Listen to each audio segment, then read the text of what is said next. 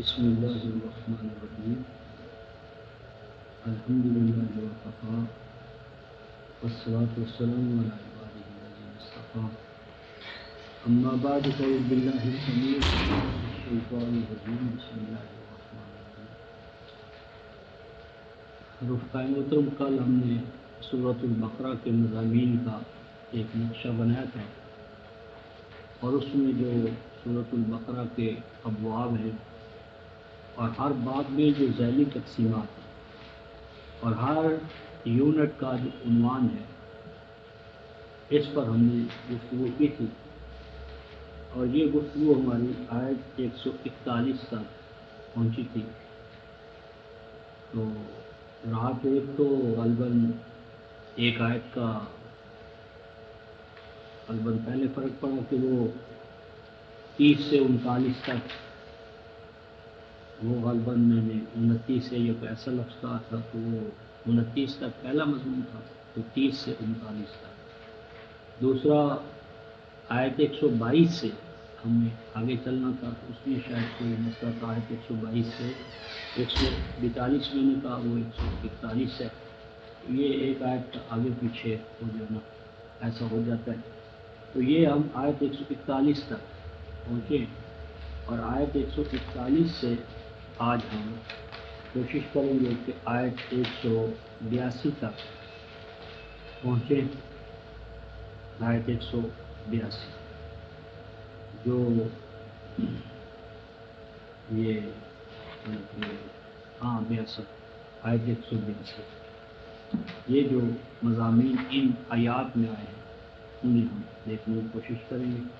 پہلے رفقائے محترم جو پچھلی آیت ختم ہو رہی ہے، اس میں ہمارے لیے ایک بہت بڑی عبرت ہے۔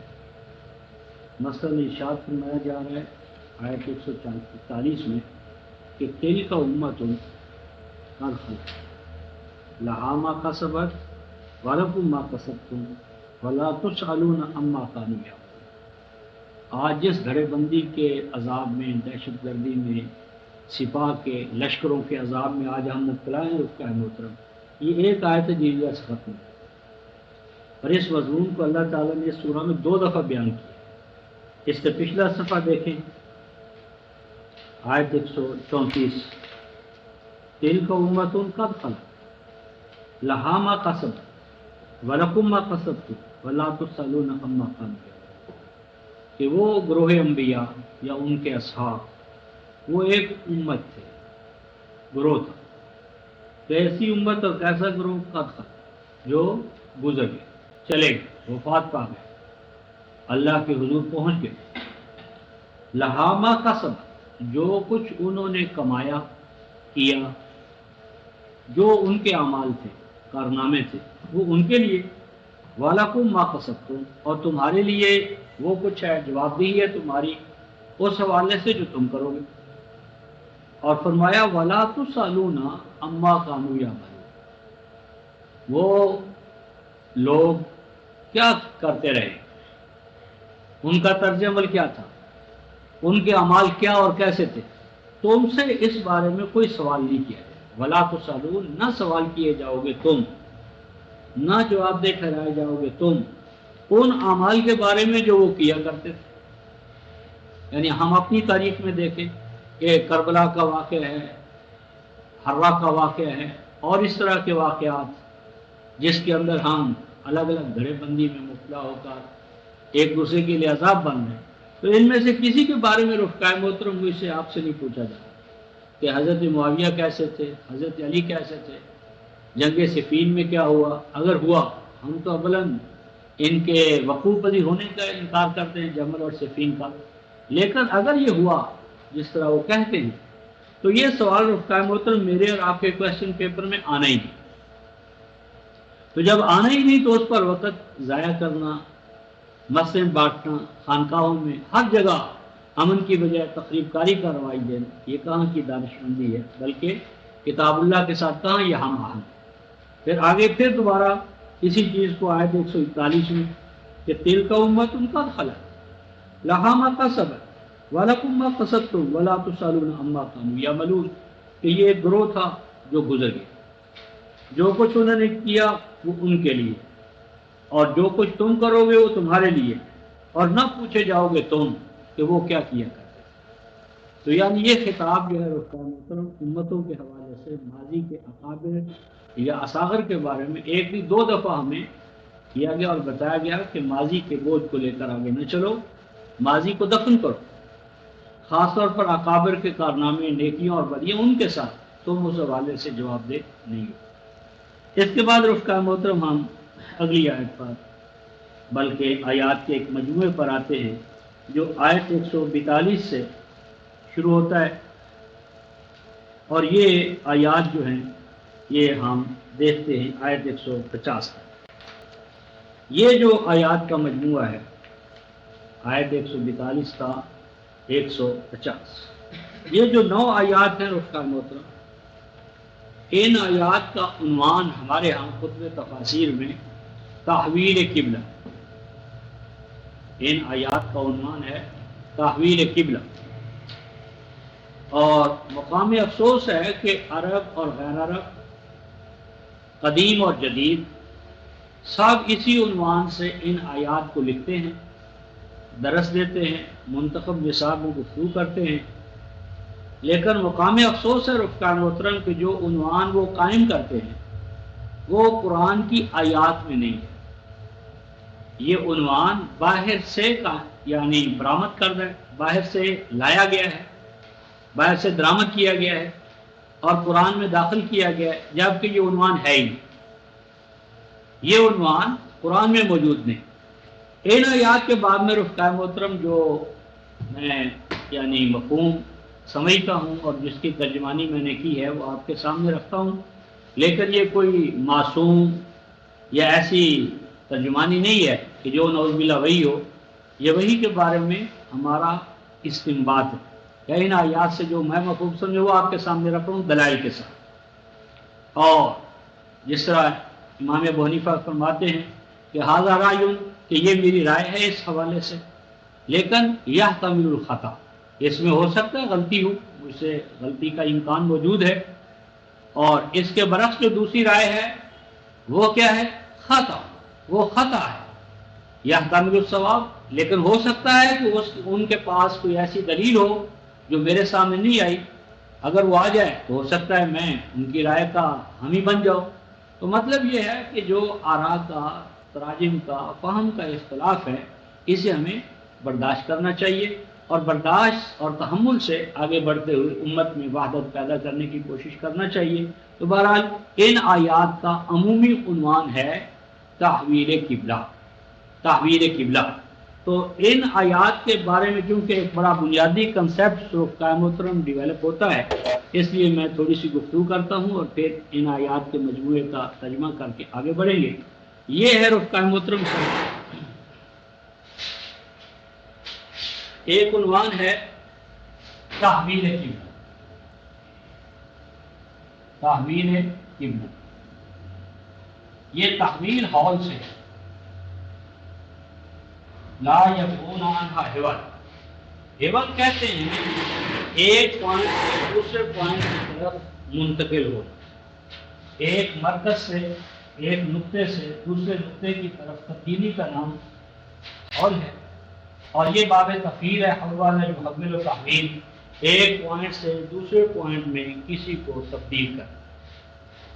اور قبلہ بمانا وہ جس کو سامنے رکھا جائے، سامنے رکھا جائے، جو چیز ہمیں ہمیشہ پیش نظر رہے، سامنے رہے، اس کو قبلہ کہتے ہیں۔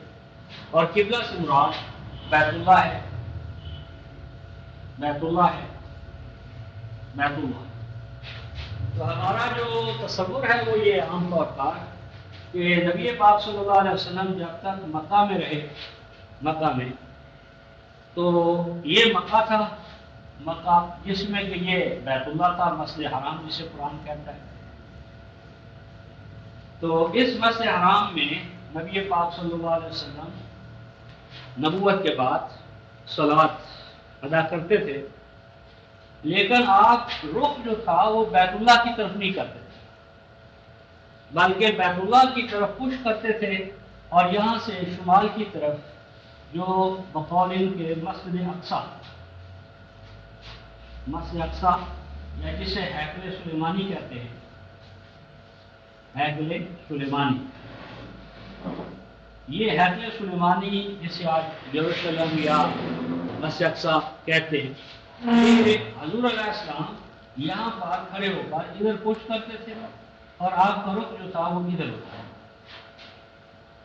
تو یہ اس طرح چلے گئے. بعض اوقات کہتے نہیں ایسا نہیں کرتے تھے، بلکہ آپ ادھر کھڑے ہوتے تھے ادھر، اور ایسا رخ اختیار کرتے تھے کہ یہاں کھڑے ہو کر اس کا اور اس کا دونوں کا مواجہہ ہو جائے.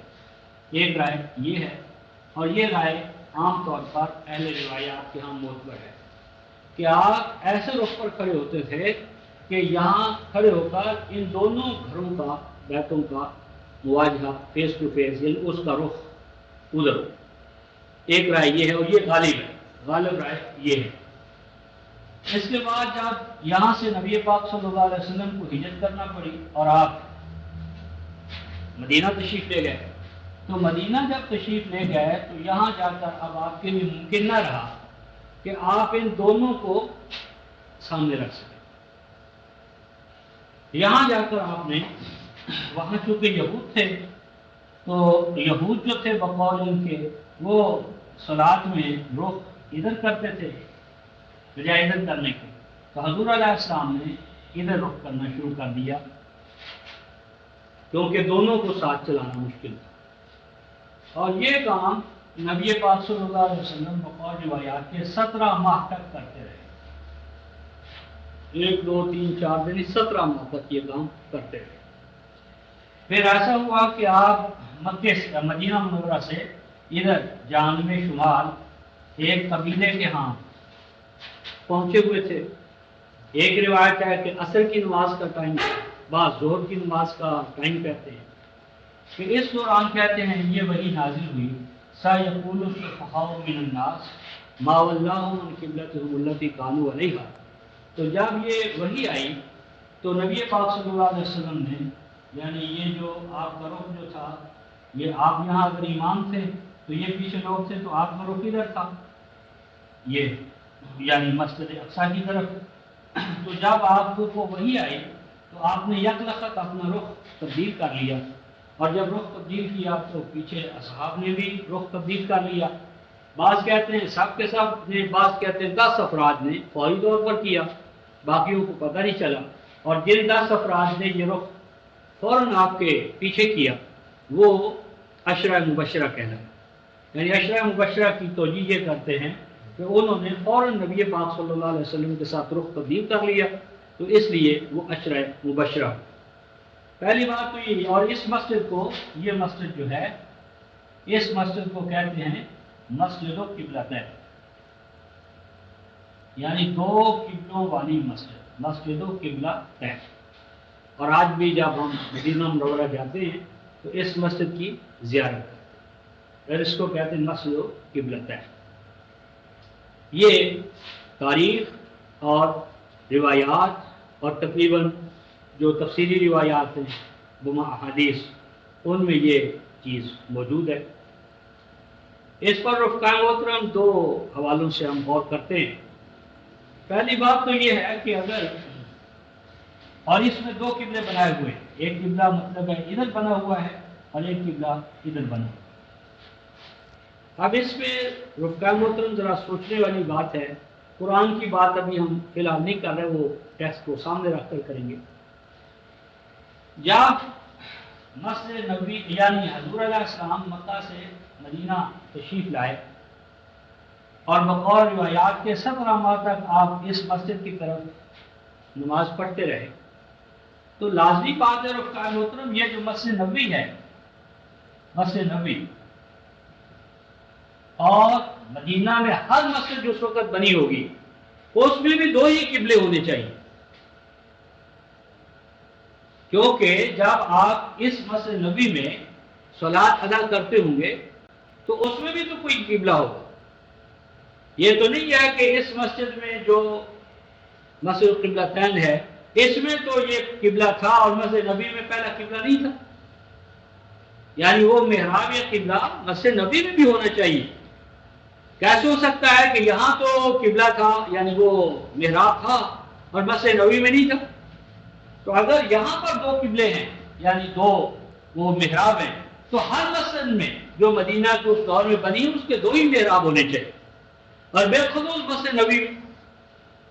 یعنی عجیب بات ہے کہ مسجد نبوی جہاں دن رات آپ نے یہ کام کیا وہاں تو دو قبلے نہ ہوں، اور جہاں ہنگامی طور پر آپ گئے ہیں وہاں دو قبلے موجود ہوں، یہ کیسے؟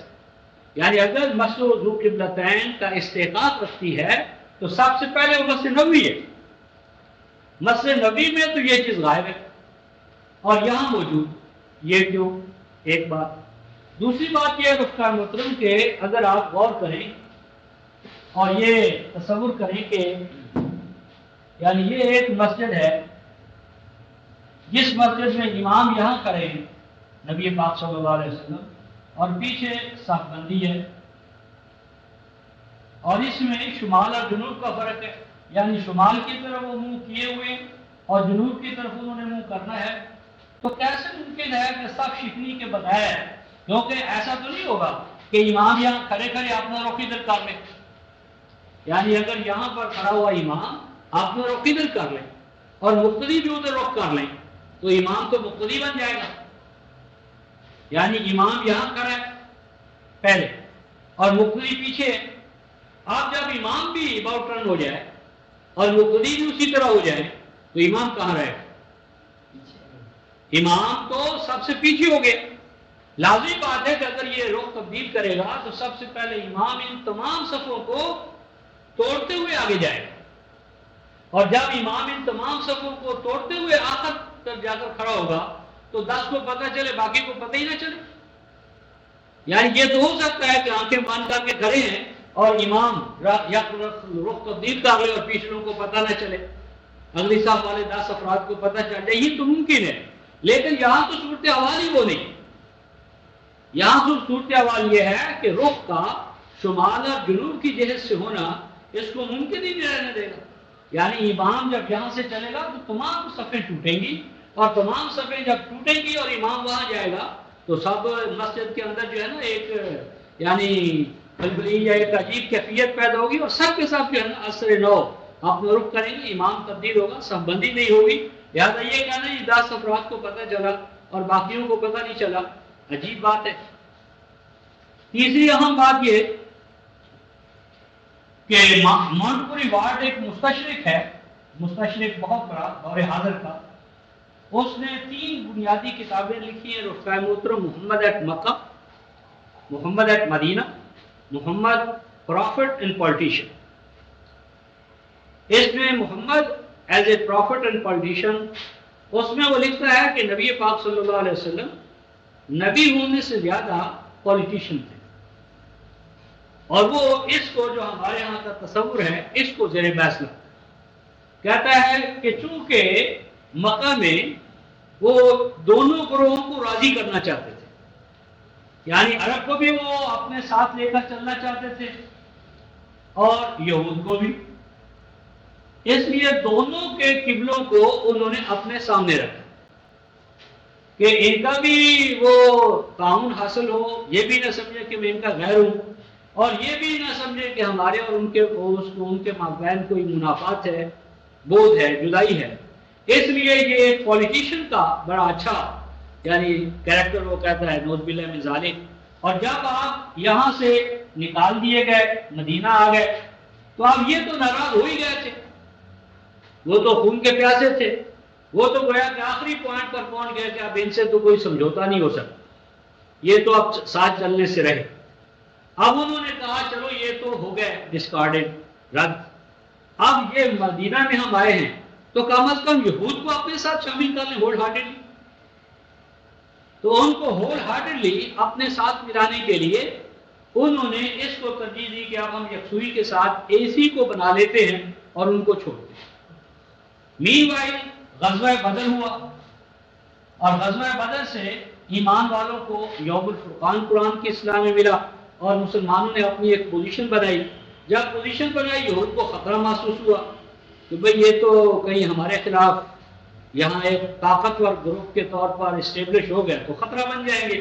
انہوں نے سازشیں شروع کر دی، اور ان سازشوں سے وہ نبی پاک صلی اللہ علیہ وسلم بقول مونٹگومری وارڈ کے دل برداشتہ ہوئے، انہوں نے کہا نہیں، یہ تو میرے ساتھ چلنے والے نہیں ہیں، اور انجام کار میں عرب ہوں اور عربوں کو میں نے ساتھ لے کر چلنا ہے، تو ان کو راضی کرنے کی مجھے کیا ضرورت ہے؟ مجھے ان دا لانگ رن یعنی دور کی پالیسی مجھے بنانا چاہیے، اور وہ یہ کہ آخر کار عرب ہوں اور عرب میرے ساتھ چلیں گے تو میں اس کو تو کیپچر کر لوں گا آگے چل کر، تو اسی کو ہمیں چلنا چاہیے۔ ہماری یعنی آخر کار جو منصوبہ بندی ہے دور کی وہ یہی ہے کہ ہم اس کو ترجیح دیں، تو اس کو انہوں نے اڈاپٹ کر لیا اور اس کو ڈسکارڈ کر دیا۔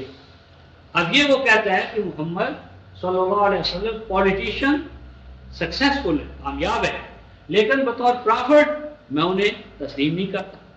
یہ ایک مستشرق کا یا ہم سے اپوزٹ رائے رکھنے والے یعنی مصنف کا، رائٹر کا نقطہ نظر ہے، لیکن ہم یہ نہیں سوچ رہے کہ اس کو مواد کون مہیا کر رہا ہے، یعنی کس کے مواد سے وہ یہ چیز استنباط کرتا ہے، مستنبط کرتا ہے اور ایک رائے رکھتا ہے، اور یہ رائے وہ جب دیتا ہے تو عام عقیدے کی بنیاد پر ہم اسے 100 گالیاں دیں کہ وہ تو نبی تھے، پولیٹیشین نہیں تھے، تم بکواس رکھتے ہو۔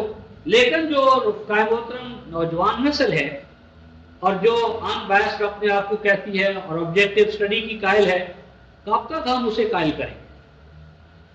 نتیجہ یہ ہے کہ یہ جو عقیدے کی دیواریں ہیں یہ ایک نہ ایک دن گریں گی، کیونکہ یہ ریت کی بنیاد ہے، یہ ریت پہ قائم ہے نہ کہ مضبوط پہاڑ۔ تو اس حوالے سے ہمیں اپنا انالیسس کرنا چاہیے، جائزہ لینا چاہیے، اور جائزہ لے کر ہمیں یہ دیکھنا چاہیے، جائزے کی اساس یہ ہونا چاہیے رفقائے محترم کے سب سے پہلا ہمارا جو اصول ہے فہم قرآن کا وہ یہ کہ خود کتاب اللہ جو کلام اللہ ہے، کلام اللہ کے الفاظ کیا ہیں؟ کلام اللہ کے الفاظ کیا ہیں؟ سب سے پہلی بات ان الفاظ کا نمبر 2 عربی مبین بلسان عربی مبین، ان کا مفہوم اور معنی کیا ہے جو 2 اور 2 4 کی طرح عربی زبان سے سمجھا جاتا ہے، بغیر اس کے کہ پڑھنے والا یہودی ہو، نصرانی ہو، مسلمان ہو، صرف عربی زبان جانتا ہو۔ تو عربی مبین کی بنیاد پر کلام اللہ کے الفاظ کے جو معنی فوراً ذہن میں آتے ہیں ان کا انکار کرنا یہ اصولی طور پر غلط بات ہے۔ تیسری بات کہ نبی پاک صلی اللہ علیہ وسلم کا مسلک اس کے سوا کچھ نہ تھا کہ وہ وحی رحمان کے پیچھے پیچھے چلنے والے، ان اتبع الا ما یوحی، کہ وہ فرماتے ہیں کہ میں تو پیچھے پیچھے چلتا ہوں وحی رحمان کے، خواہ میری مخالفت میں دنیا بھر کے لوگ اکٹھے ہو جائیں، اس کی مجھے پرواہ نہیں ہے۔ تو نبی پاک صلی اللہ علیہ وسلم وحی قرآن کے متبع تھے اول سے آخر تک۔ نمبر 4 یہ جب 3 اصولی باتیں ہم تسلیم کر لیں تو اس کے بعد اگلی بات یہ دیکھنا چاہیے رفقائے محترم کہ کیا یہ جو مسجد اقصی جسے ہم کہتے ہیں مسجد اقصی، جس کو کہ قبلہ اول ہم مانتے ہیں، مسجد اقصی قبلہ اول جسے یہ قبلہ اول کہتے ہیں، کیا وہ کبھی سیدنا ابراہیم کا قبلہ رہا ہے؟ کیونکہ نبی پاک صلی اللہ علیہ وسلم ملت ابراہیمی کی تجدید کے لیے آئے ہیں، ہم نے وہی کی ہے آپ کی طرف ان اتبع ملت ابراہیم حنیفا، حضور علیہ السلام ملت ابراہیم پر قائم تھے۔ کیا ملت ابراہیمی کے اندر کبھی مسجد اقصی قبلہ رہی ہے؟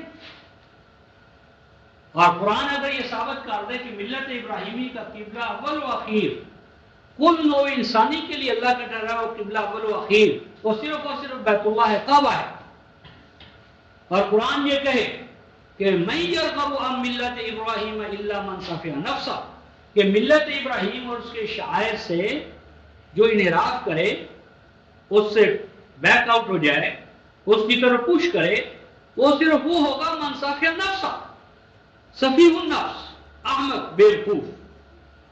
یہ قرآن کے الفاظ ہیں کہ ملت ابراہیمی سے جو اعراض کرے، اس سے ہٹ جائے، اس کو پشت پہ ڈال دے، پس پشت ڈالے، تو قرآن کہتا ہے وہ کون ہے؟ صافی نفس، کہ وہ گویا صفیح النفس ہے، یعنی اس نے گویا کہ اپنے آپ کو صفیح النفس بنایا۔ یہ اس میں یہ آئے گا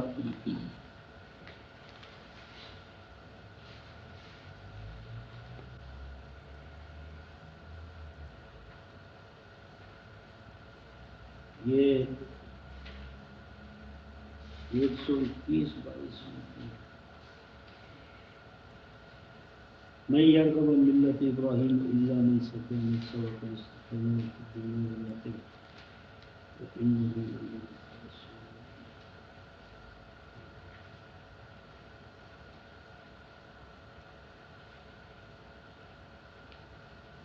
یہ آیت 130 ہے سورۃ البقرہ۔ وَمَن يَرْغَبُ عَن مِّلَّةِ إِبْرَاهِيمَ إِلَّا مَن سَفِهَ نَفْسَهُ، اور جو کوئی ملت ابراہیمی سے روگردانی کرے تو وہ کون ہے؟ وہی ہے جس نے اپنے نفس کو، ذات کو نادان بنایا، نادانی، سافیہ نفس۔ تو ملت ابراہیمی کے اندر اگر مسجد اقصی ہے قبلہ تو صحیح ہے۔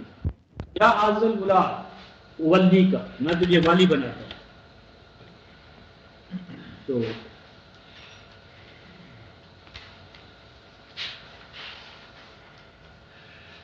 ہم رفتار محترم، تو اب جو بزرگی وہاں سے شروع کریں یا بحث؟ تو رفتار محترم ہم سورہ البقرہ کی آیت 130 دیکھ رہے تھے۔ سورہ البقرہ آیت 130۔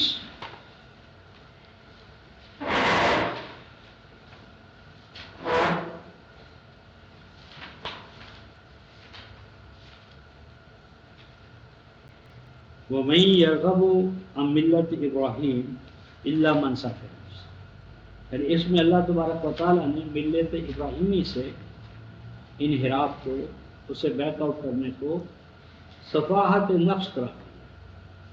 سفیہ النفس ہوتا ہے۔ تو یہ نعوذ باللہ من ذالک، نبی پاک صلی اللہ علیہ وسلم کو اگر ہم مانیں کہ انہوں نے اس قبلہ اول کو چھوڑ کر یہود کے قائم کردہ قبلے کو اپنا قبلہ بنایا، تو آپ سوچیں کہ ان کا مقام ہم کیا بنا رہے ہیں۔ پھر اس کے بعد رفتہ محترم ہم سورہ آل عمران 75 صفحے پر ہوگا، آیت نمبر 96 آل عمران۔ ان اول بیت وضع للناس للذی ببکۃ مبارکا وہدی للعالمین فیہ آیات بینات مقام ابراہیم ومن دخلہ کان آمنا وللہ علی الناس حج البیت من استطاع الیہ سبیلا ومن کفر فإن اللہ غنی عن العالمین۔ بلا شبہ ان اول بیت، سب سے پہلا گھر، ان اول بیت، بلا شبہ سب سے پہلا گھر، کیسا گھر رفقا محترم؟ وضع للناس، جو یہود کے لیے نہیں، نصارہ کے لیے نہیں، عرب کے لیے نہیں، وضع للناس، ہیومینٹی آن دا ہول کے لیے، جسے اللہ تعالیٰ نے تجویز کی، فرض کرا دیا، اسے مرکز اول و اخیر کرا دیا کل نوع انسانی کے لیے۔ یہ بقا کے مقام پر ہے، اور اس کی خصوصیات کیا ہیں؟ یہ مبارک ہے، اور ہدی للعالمین، تمام اقوام عالم جہان، عالمین جہان، تمام اہل جہان کے لیے اللہ اسے ہدایت کا باعث اور برکات کا باعث بناتا ہے۔ اور اس میں ایسے نشانات پائے جاتے ہیں جو یہ بتاتے ہیں کہ ابراہیم کا یہ مقام رہا ہے، یعنی وہاں وہ ٹھہرے ہیں، انہوں نے قیام کیا ہے، خیمے لگائے ہیں، انہوں نے اس مرکز کو آباد کرنے میں جدوجہد کی ہے، اور بلا شبہ جو اس کی رکنیت اختیار کرے اس کا مقام یہ ہے کہ اسے امن ملے۔ اور آگے فرمایا لوگوں پر واجب ہے کہ وہ اپنے مفاد کے لیے اس بیت اللہ کی طرف آئیں، ارادہ کریں، ڈائریکشن اس کی جہت میں آئیں، بشرطے کہ ان کے پاس آنے کی استطاعت ہو، طاقت ہو۔ اور جو کوئی من کفر، اور جو کوئی اس بیت اللہ کی، اس کی طرف آنے کی، اسے جو اللہ نے مقام دیا اس کا انکار کرے، من کفر، یعنی اب یہاں کفر سے اللہ کا کفر نہیں ہے، بلکہ اس بیعت کا، اس کے مقام اور مرتبے کا انکار کرے، ناقدری کرے، اس کو پس پوچھ ڈالے، فإن اللہ غنی عن العالمین، تو ایسے کافروں سے اللہ بے نیاز، بے پرواہ ہے، وہ بہت بلند ہے اس بات سے کہ وہ ایسے کافروں کو کوئی اہمیت نہیں۔ اب یہ جو مقام ہے رفقا محترم، یہ کسی مومن کی شان یہ نہیں ہے کہ اس پر آپ اس کو فٹ کر سکیں، چہ جائے کہ نبی پاک صلی اللہ علیہ وسلم کے حوالے سے اس کا ہم کوئی تصور بھی کر سکیں۔ اور پھر قرآن حکیم نے یہ 149 صفحہ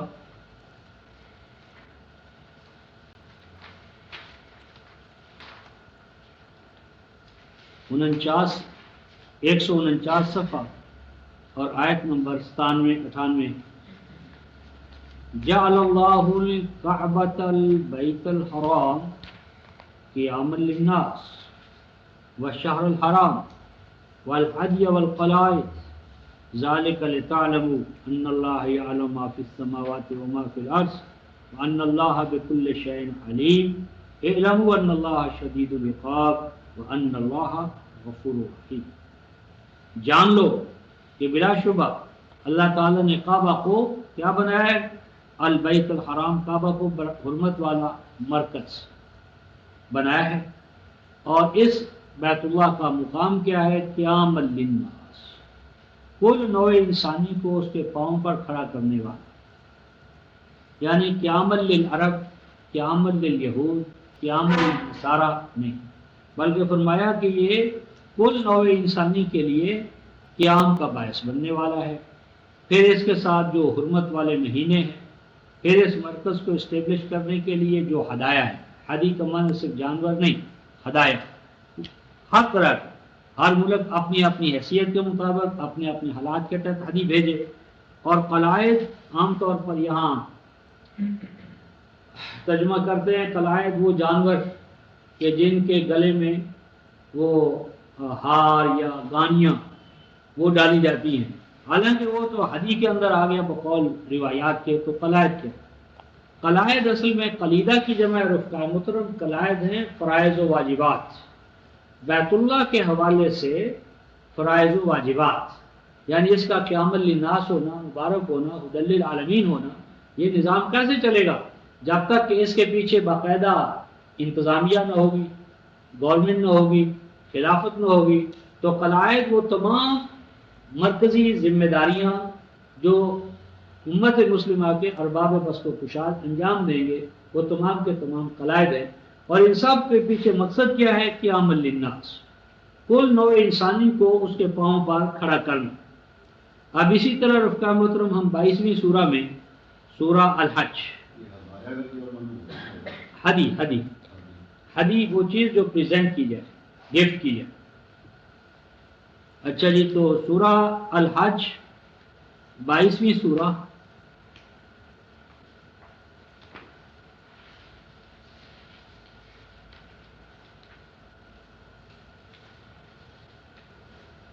چار سو ایک صفحہ ہے،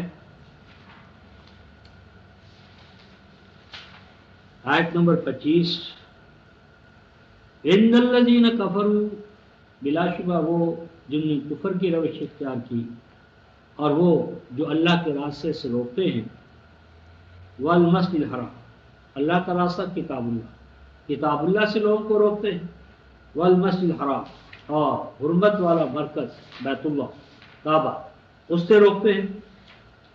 اور وہ جو حرمت والا گھر ہے اس کے بارے میں فرمایا رفقا محترم، جعلناہ للناس، اس گھر کو ہم نے کل نوع انسانی کے لیے قرار دیا۔ یہ گھر عربوں کا نہیں، سعودیوں کا نہیں، سعودی شہزادوں کا اور بادشاہوں کا نہیں، اللہ تبارک و تعالیٰ فرماتے ہیں سواء العاکف فیہ والباد، اس گھر پر برابر کے حقوق ہیں، سواء برابر کے حقوق ہیں اس گھر پر، کن کے لیے رفقا محترم؟ العاکف فیہ والباد، جو اس گھر میں یعنی بیت اللہ میں یعنی کعبہ میں مکہ میں پیدا ہو، مکہ میں پیدا ہو کر مکہ کا وہ شہری بن گیا ایکسیڈنٹلی، تو مکہ میں پیدا ہونے والا، رہائش اختیار کرنے والا، والبعد، اور باہر سے آنے والا، یعنی بیت اللہ کے لیے کوئی مسلمان فارنر نہیں ہے۔ کعبۃ اللہ تمام امت مسلمہ کا مشترکہ یعنی ہے سرمایہ۔ اس کے بارے میں یہ سمجھنا کہ یہ سعودیوں کی ملکیت ہے اور وہ آنے والوں پر یہ چندہ، وہ ڈیوٹی، وہ ضریبہ، نزول ٹیکس ہے، خروج ٹیکس ہے، فلاں ٹیکس ہے، یہ غلط۔ قرآن حکیم نے سوا عن العاکف والباد، یہاں آنے والے اور یہاں مستقل رہائش اختیار کرنے والے دونوں اللہ کی نظر میں برابر ہیں۔ تو یہاں کہنا یہ تھا رفقا محترم کہ ان مقامات میں اللہ تعالیٰ نے بیت اللہ کو اول قبلہ قرار دیے، اور اول قبلہ قرار دینے کے ساتھ اس کے جو گویا حقوق ہیں، بلکہ جو اس کے فنکشنز ہیں، فرائض و واجبات ہیں، ان کو قرآن حکیم نے بیان کیا۔ وہ 6 فرائض ہیں، اور کل نوع انسانی کے جو بنیادی حقوق ہیں ہم دیکھیں گے کہ وہ کس طرح، یعنی ہیومن رائٹس کا چارٹر ہے، اور اس ہیومن رائٹ کے چارٹرز کے لیے یہ مرکز محسوس اس کا متولی ہے، یعنی گارڈین ہے، کسٹوڈین ہے، ذمہ دار ہے کہ وہ نوع انسانی کو حقوق پہنچائے جائیں، اور ان حقوق کی اگر وائلیشن ہو تو حج اس لیے ہے کہ نوع انسانی کا کوئی بھی فرد اگر اس پر ان حقوق کے حوالے سے یہ ہو کہ نہیں مل رہا ہے تو وہ آئے استغاثہ دائر کرے امت مسلمہ کو ارباب پس کو کشاد کے خلاف۔ اس کے بعد رفقا محترم ہم مسجد اقصیٰ کے حوالے سے 2 مقامات دیکھتے ہیں۔ بنی اسرائیل 339 صفحہ،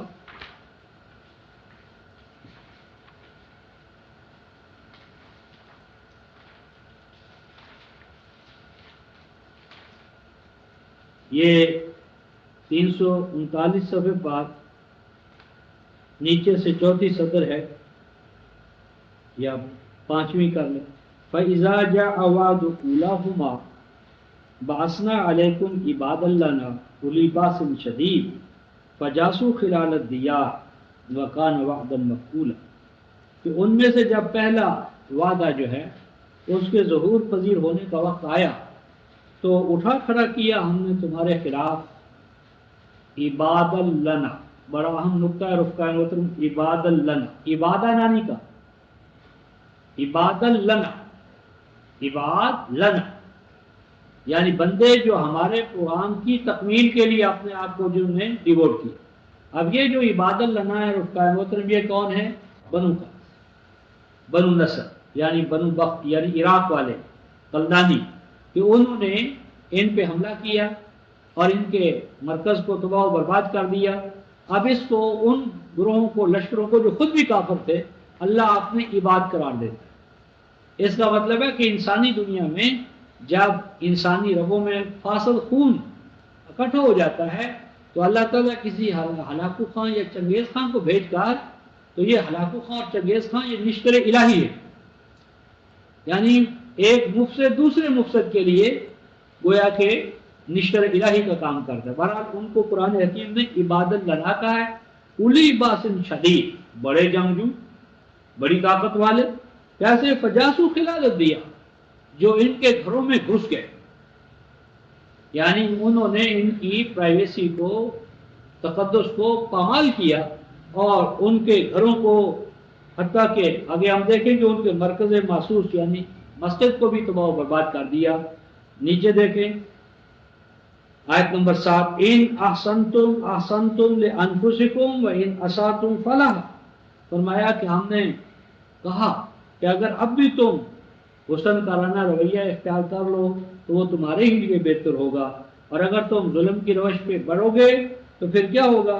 فَإِذَا جَاءَ وَعْدُ الْآخِرَةِ، ہم نے ان کو ان کے نبی کے حوالے سے کہا کہ اگر اب بھی تم نے اخلاص اور توبہ کے ساتھ ہمارے ساتھ سلو نہ کی، ہمارے قانون اور نظام کی طرف نہ لوٹے، تو پھر ہم کیا، جب دوسرا وعدہ پورا ہوگا کیا ہوگا؟ لِيَسُوءُ وَجُوهَكُمْ، جو تمہارے چہروں کو، تمہارے سرداروں کو، تمہارے وڈیروں کو، جو تمہارے وجوہ القوم ہیں، ان کا وہ کیا کریں گے؟ حلیہ ٹائٹ کر دیں گے، تمام رنگ روپ جو ہے وہ حسن کا ختم کر دیں گے۔ وَلِيَدْخُلُوا الْمَسْجِدَ، اور داخل ہو جائیں گے وہ مسجد میں. مسجد یعنی ہیکل سلیمانی، یعنی ان کا جو قومی مرکز تھا. کما دخلوہ اول مرہ، جیسا کہ وہ اس سے پہلے داخل ہو چکے تھے. یہاں بڑے قرآن فہمی کے بڑے مرکزی نکات ہیں رفقائے محترم. اب دیکھیے یہ جو دوسری دفعہ ہیکل سلیمانی میں داخل ہو رہے ہیں یا ہوں گے، یہ وہ پہلے نہیں تھے. وہ عراق سے آئے، یہ رومی تھے، لیکن دونوں کو قرآن کیا کہتا ہے؟ یہ ویسے ہی داخل ہو گئے جیسے پہلے داخل ہوئے تھے. یہ پہلے یہ تو نہیں داخل ہوئے تھے، پہلے اور قوم تھی اب اور قوم ہے. تو اس کا مطلب اگر نسب العین کا اشتراک ہو، مقصد کا اشتراک ہو اور افراد الگ الگ ہو تو قرآن ان کو ایک وحدت قرار دیتا ہے. جس طرح کہ بنی اسرائیل کو کہا کہ ہم نے فرعون کو غرق کیا، آل فرعون کو غرق کیا، اور ہم نے تمہیں نجات دی. وَأَنْتُمْ تَنْظُرُونَ، یعنی ہم نے تمہیں نجات دی تمہارے دشمن فرعون سے، اور غرق کیا ہم نے اس کو. وَأَنْتُمْ تَنْظُرُونَ، اور تم تو یہ سارا منظر دیکھ رہے تھے. اب یہاں جو قرآن کہتے ہیں وَأَنْتُمْ تَنْظُرُونَ، تم دیکھ رہے تھے، تو یہ مکہ مدینہ میں جو لوگ تھے یہود، وہ کب دیکھ رہے تھے؟ یعنی گویا دیکھ تو رہے تھے ان کے باپ دادا، اور جو باپ دادا تھے عقابے تھی ان کا تسلسل تھے، اور یہ اس کا انکار نہیں کر سکتے کہ یہ ایسا وقوع پذیر ہوا ہے. تو اس کا مطلب ہوا کہ کسی قوم کے مسلمات کو بنیاد بنا کر اتمام حجت کے لیے اسے پیش کیا جا سکتا ہے. خیر، تو میری بات ہے کہ وَلِيَدْخُلُوا الْمَسْجِدَ كَمَا دَخَلُوا أَوَّلَ مَرَّةٍ وَلِيُتَبِّرُوا مَا عَلَوْا تَتْبِيرًا، اور چڑھ گئے وہ جس پر کہ وہ چڑھے، جہاں تک وہ چڑھ سکتے تھے چڑھائی کر سکتے تھے، پہنچ سکتے تھے، اور تباہ کیا انہوں نے، تباہ کر. تو اس کے تحت تمام اہل تفسیر کا اس امر پر اجماع ہے، مسلمانوں کا، ہسٹورینز کا، غیر مسلموں کا. یعنی جو رومن ہسٹورینز ہیں انہوں نے بھی اس امر پر اتفاق کیا ہے کہ یہ ہیکل سلیمانی 2 دفعہ تباہ ہوا، اور آخری دفعہ سیدنا مسیح علیہ السلام کے 70 سال بعد. اور قرآن حکیم اس کا بھی ذکر کرتا ہے. قرآن حکیم اس ضمن میں سورہ المائدہ جو ہے رفقائے محترم، اس میں یہ الفاظ آئے ہیں کہ لوئن الذین کفروا من بنی اسرائیل، یہ علی لسان داؤد، یہ الفاظ ہیں لوئن الذین کفروا من بنی اسرائیل علی لسان داؤد و عیسی ابن مریم. ہاں، یہ میرا خیال ہے صفحہ 146 ہے. لوئن الذین کفروا من بنی اسرائیل علی لسان داؤد و عیسی ابن مریم، کہ 2 دفعہ بنی اسرائیل پر قومی اجتماعی پھٹکار جو ہے وہ پڑی ہے. ایک دفعہ سیدنا داؤد علیہ السلام کے بعد، اور دوسری دفعہ سیدنا مسیح علیہ السلام کے بعد. یعنی داؤد و سلیمان کی نبوتوں، رسالتوں، پیغامات کا اس ناشکری قوم نے انکار کیا، محسنین کا. اور بعد میں ان کی سلطنت کا بٹوارا ہوا، 2 حصوں میں تقسیم ہوئی، پھر آگے کہانی چلی، اور پھر سیدنا مسیح ابن مریم کی نبوت کا، رسالت کا، مشن کا، پیغام کا انکار کیا، پھر دوسری تباہی آئی. تو میری بات ہے کہ مسیح علیہ السلام کے 70 سال بعد، جس طرح تاریخ کہتی ہے، یہ تباہی آئی. اور اس تباہی کے نتیجے میں ہیکل سلیمانی، جس کو ہم مسجد اقصی کہتے ہیں، اس کا تو وجود ہی نہ تھا. تو جب وجود ہی نہ تھا تو اس میں داخلے کا نبی پاک صلی اللہ علیہ وسلم کے حوالے سے سوال ہی پیدا نہیں ہوتا. اور جب اس کا وجود ہی نہیں تھا تو اسے اول بیت بنانا یا اس کی طرف صلات میں رخ کرنا، یہ اساسی اور بنیادی طور پر غلط بات ہے. اس کے بعد اب ہم الفاظ میں رفقائے محترم قرآن حکیم کے اس کی طرف آتے ہیں. آیت 142 سورہ البقرہ، جہاں سے ہم چلے تھے. اس میں یہ آیت صفحہ 27، سَيَقُولُ السُّفَهَاءُ مِنَ النَّاسِ، ان قریب کہیں گے ضرور کہیں گے السفہاء من الناس، وہ لوگ جو لوگوں میں سفی ہیں، اور سفی النفس جس سے میں نے 230 کا حوالہ دیا ہے، جو ملت ابراہیمی سے انحراف ہے، ملت ابراہیمی کے شعائر کا، عقائد کا، اعمال کا انکار جو ہے وہ صفحات نفس ہے۔ اور دوسرا جو میں نے حوالہ دیا تھا کہ صفحاء کون ہیں، یہ صفحہ 4 پر نیچے سے تیسری سطر ہے، یہ کہ جب انہیں کہا جاتا ہے کہ تم ایمان لاؤ جیسا کہ الناس ایمان لائے ہیں، قالوا انؤمن کما آمن السفہاء الا انہم هم السفہاء ولکن لا یعلمون، یعنی یہود سفہاء کہتے تھے نبی پاک صلی اللہ علیہ وسلم پر ایمان لانے والے، اور قرآن حکیم کا دعویٰ یہ تھا کہ اللہ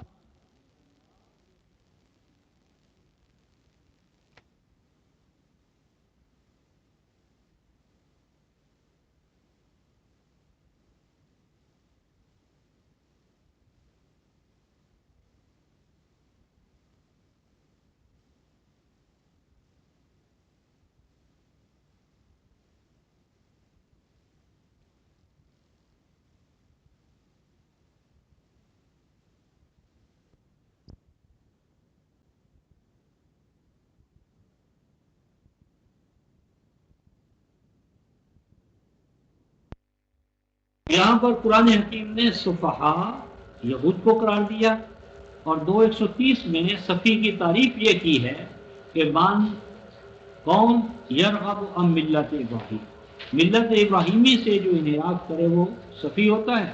اور ملت ابراہیمی کے اساس کس بات پر ہے؟ اول بیت وضع للناس للذی ببکہ، سورہ آل عمران آیت نمبر 97، اور پھر ہم نے سورہ المائدہ آیت نمبر 97-98، اور پھر سورہ الحج آیت نمبر 25۔ تو ان مقامات پر ملت ابراہیمی کے لیے مرکز محسوس بیت اللہ کو قرآن بیان کرتا ہے۔ بس نبی پاک صلی اللہ علیہ وسلم جو ملت ابراہیمی کے مجدد تھے، محیی تھے، اس کے قائم کرنے کے لیے مبعوث ہوئے، ابراہیمی دعا کے نتیجے میں اللہ تعالیٰ کی طرف سے آئے، ان سے کیسے ممکن ہے کہ جس کام کے لیے وہ مبعوث ہوئے تھے اسی کام کو انہوں نے چھوڑا ہو۔ اس کے بعد اب ہم رفقائے محترم وہ جو آیات الہیہ ہمارے سامنے 142 اس کو دیکھتے ہیں ترجمانی کی۔ سَيَقُولُ السُّفَهَاءُ مِنَ النَّاسِ، عن قریب الناس میں جو سفی ہیں، بے قدر و قیمت ہے، نادان ہیں، بے وقوف ہیں، وہ کہیں گے، وہ اعتراض کریں گے۔ وہ اعتراض کیا کریں گے؟ ما واللہم، ما بنا کون سی چیز، ایو شیئن کون سی چیز، واللہ کا صلہ ان ہے، جس طرح ما واللہم ان، واللہ ان اس کا معنی ہوتا ہے پھیرنا، الگ کرنا، بالخصوص ولایت سے، کسی قیمتی چیز سے، مرکز سے۔ یعنی مثلا آپ کا ایک مرکز ہے، آپ کی ایک بلانگنگز ہے، یعنی کوئی چیز ہے، اور کوئی چیز آ کر تصرف کر لے، قبضہ کر لے، اور آپ کو وہاں سے چھوڑنا پڑے، جانا پڑے، بھاگنا پڑے، تو یہ ہے واللہ ان۔ ما واللہم وہ کون سی چیز ہے، یہ طنز کے طور پر کہہ رہے ہیں، کیا بنا، کیوں کر ایسا ہوا، وہ کون سی چیز ہے کہ جس نے مجبور کیا، واللہم پھیر دیا، بھگا دیا، فرار ہونے پر مجبور کیا، عن قبلتہم ان کے اس قبلہ سے، ان کے اس قبلہ سے، التی کانوا علیہا کہ جس پر ہونا ان کے صادق ہونے کی دلیل ہے۔ یعنی ان کا مقام اور منصب یہ تھا کہ یہ ملت ابراہیمی کے اگر مجدد ہیں، محیی ہیں، مقیم ہیں، تو ان کا تو حق بنتا تھا کہ اللہ ان کو اس مرکز پر قابض کرتا، متولی کرتا، متصرف کرتا۔ عجیب بات ہے کہ ایک طرف مشرک ہے اور دوسری طرف یہ ملت ابراہیمی کے اصل والی و وارث ہونے کے مدعی ہیں، تو اللہ نے بدست تو یعنی ان کی کوئی مدد نہ کی، ان کو چھوڑنے پر ان کو چھوڑ دیا، اور مشرکوں کا قبضہ بحال ہے۔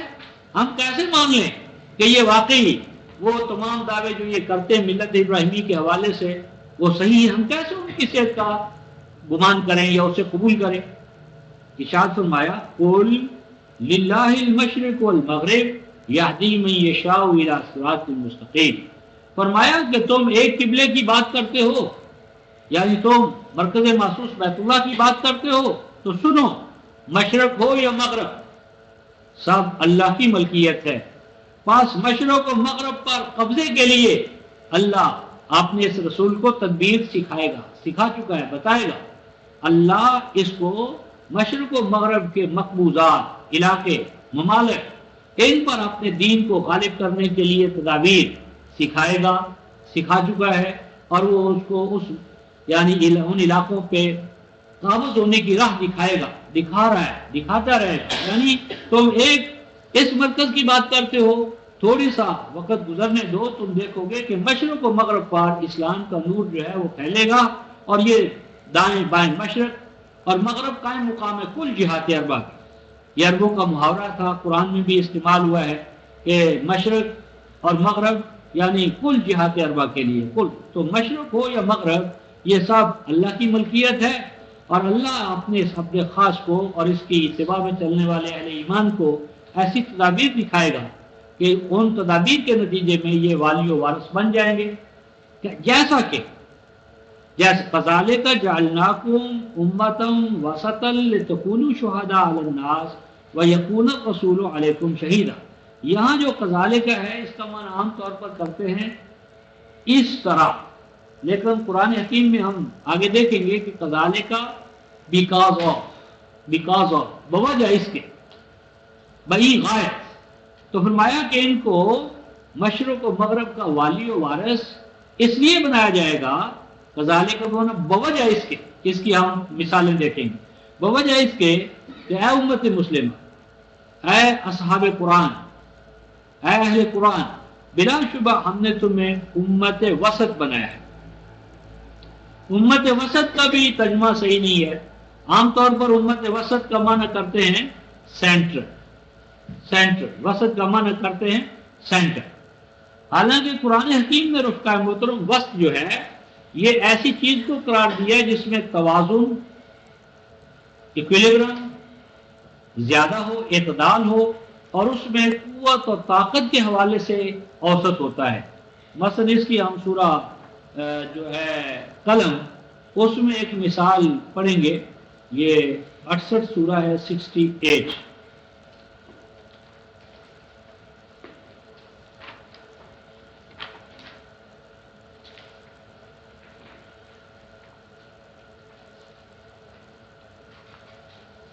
یہ آیت 28 ہے، سورہ القلم 677 صفحہ.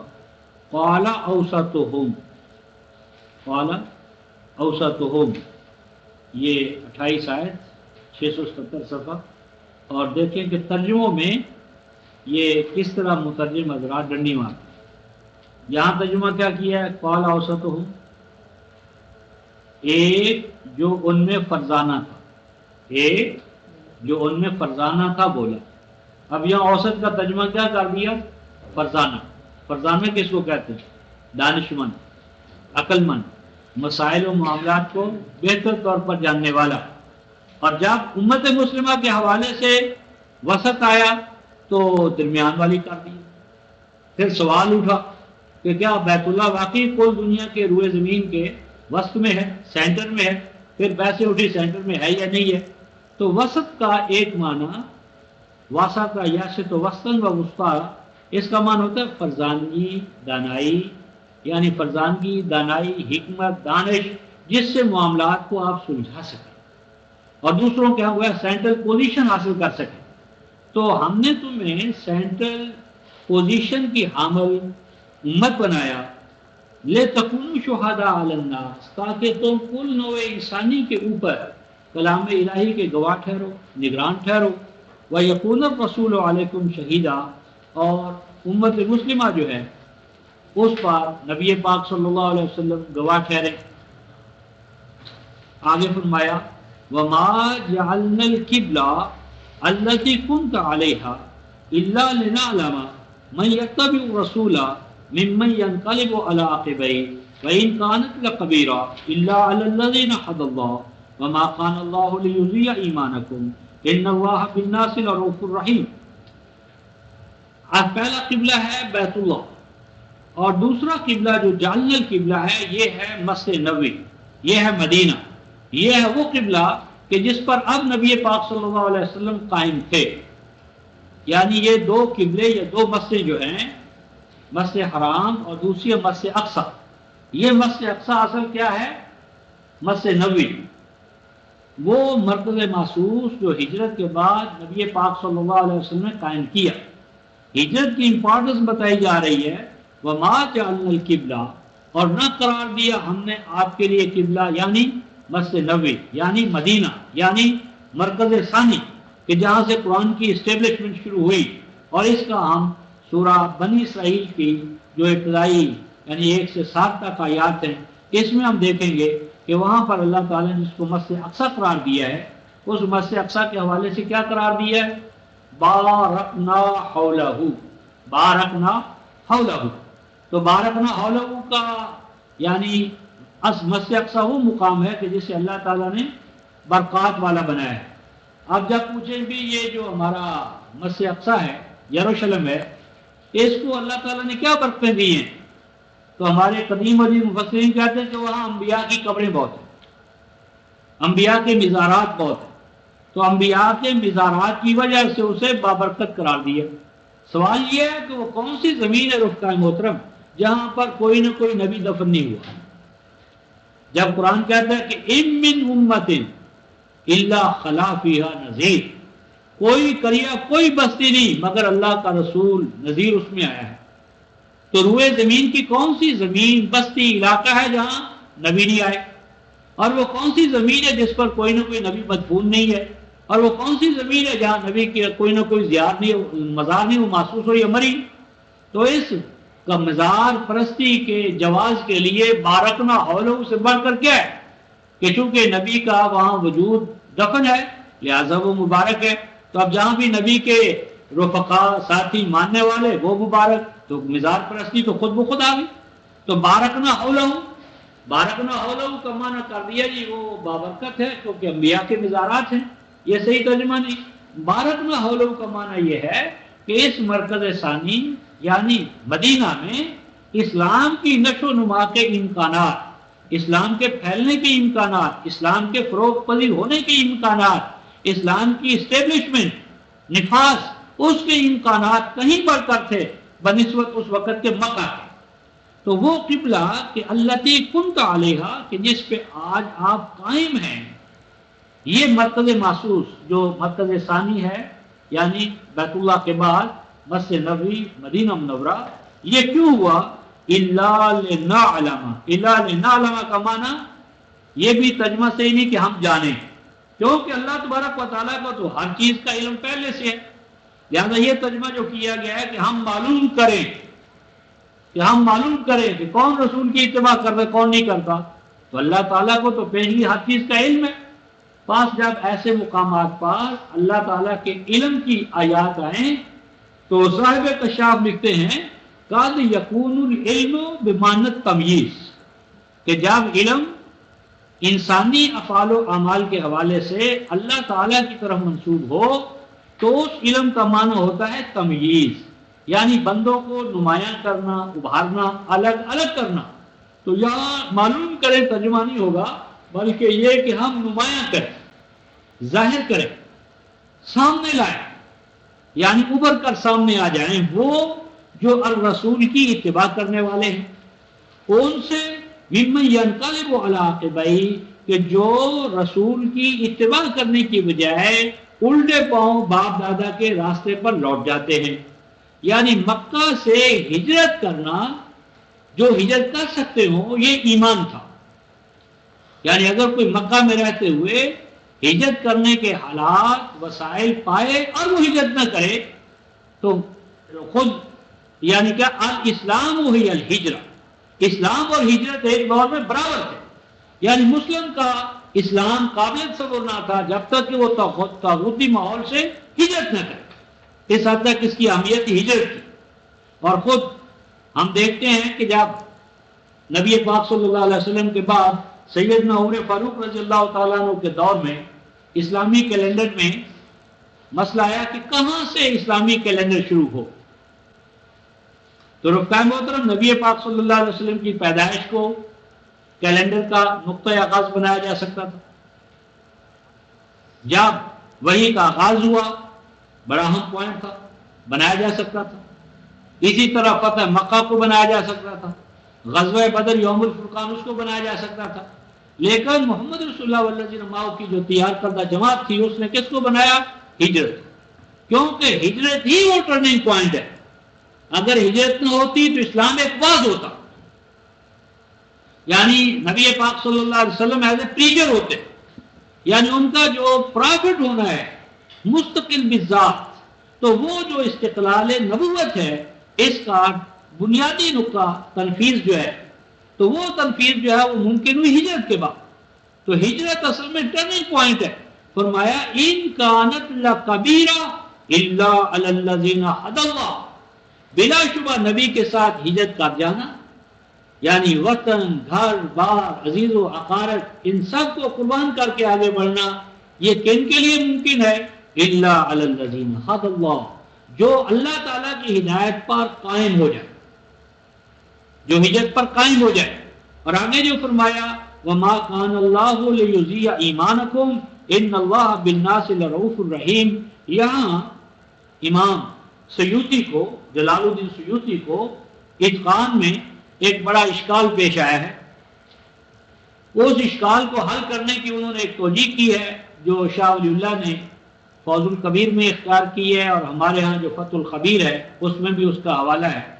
کہتے ہیں کہ یہاں ایمان بمعنی نماز ہے, کہ وہ جو نمازیں بیت المقدس کی طرف پڑھتے رہے تھے 17 سال یا 17 ماہ, ان کا کیا بنے گا؟ تو یہاں یہ کہتے ہیں جواب ہے کہ اللہ تمہارے ایمان کو ضائع نہیں کرے گا. سوال یہ ہے کہ اب ایک صلاۃ کا لفظ موجود ہے, قرآن میں استعمال ہوا ہے, تو اللہ تبارک و تعالیٰ کو یہ کہنے میں کیا بات تھا کہ ما کان اللہ لیضیع صلواتکم التی صلیتموہا نحو مسجد الاقصی, یہ کوئی اللہ کے لیے کہنا مشکل تھا؟ یہ بات نہ تھی. تو ہمیں حق حاصل نہیں ہے کہ ہم ایمان کو صلاۃ میں اور صلاۃ کو ایمان میں اپنے طور پر تبدیل کر دیں. یہاں پر پیچھے جس طرح میں نے عرض کیا ہے کہ ہجرت اور ایمان کو لازم و ملزوم قرار دیا گیا. مومن کا ایمان موت پر نہیں ہے تاکہ وہ ہجرت نہ کرے.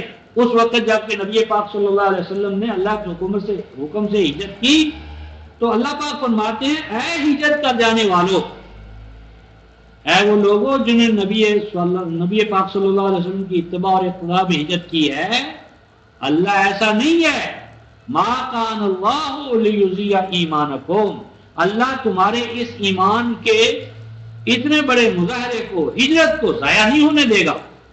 تمہاری یہ ہجرت جو دراصل قائم مقام ایمان کے یہ رنگ لائے گی, اس سے اسلام کا نور پھیلے گا, اسلام اسٹیبلش ہوگا, اور اس سے ظاہر ہوگا ان اللہ بالناس لرؤوف الرحیم. اسلام کے زندہ نتائج, درخشندہ نتائج جو کہ اس ہجرت کے بعد ایک نظام حیات کے طور پر سامنے آئیں گے, اس سے اللہ کا رؤوف الرحیم ہونا, اس کے نظام کا رؤوف الرحیم ہونا, اس کے رسول کا رؤوف الرحیم ہونا, اور اس کی برپا کردہ امت کا رحماء بینہم ہونا, اشداء علی الکفار ورحماء بینہم ہونا, وہ ظاہر ہوگا. قد نرى تقلب وجهك في السماء فلنولينك قبلة ترضاها. اس کے بارے میں کہتے ہیں رفقاء محترم کہ یہ جو پچھلی آیات ہیں سیقول السفہاء سے لے کر یہ جب اتری تو نبی پاک صلی اللہ علیہ وسلم وہ جو مسجد ذو قبلتین ہے وہاں صلاۃ ادا کر رہے تھے. جب یہ آیتیں آئیں تو آپ نے اپنا رخ تبدیل کر لیا. یہ 144 آیت ذرا غور طلب ہے, غور فرمائیں. قد نرى تقلب وجهك في السماء, بلا شبہ قد بے شک نرا ہم دیکھتے ہیں, تقلب کا معنی الٹ پلٹ ہونا. اور میں اگر تقلب کی جو قرآن میں 6 مقامات پر تفسیر آئی ہے اس کو لیں تو رفقاء محترم نقشہ ہی تبدیل ہو جائے گا.